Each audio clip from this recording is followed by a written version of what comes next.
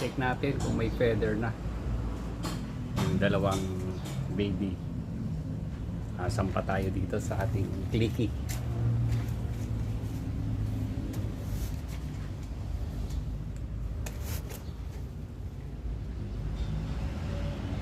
May pugad niya. Ayan. Nakabukas yung mga bibig nila. Oo yata. Ayan siya. Liit lang ng pugad nila. Kasing haba lang ng daliri ito. Ayan sila. Nakabukas ang bibig. Ito, sumara. Ayan, nakakaroon na sila ng feather.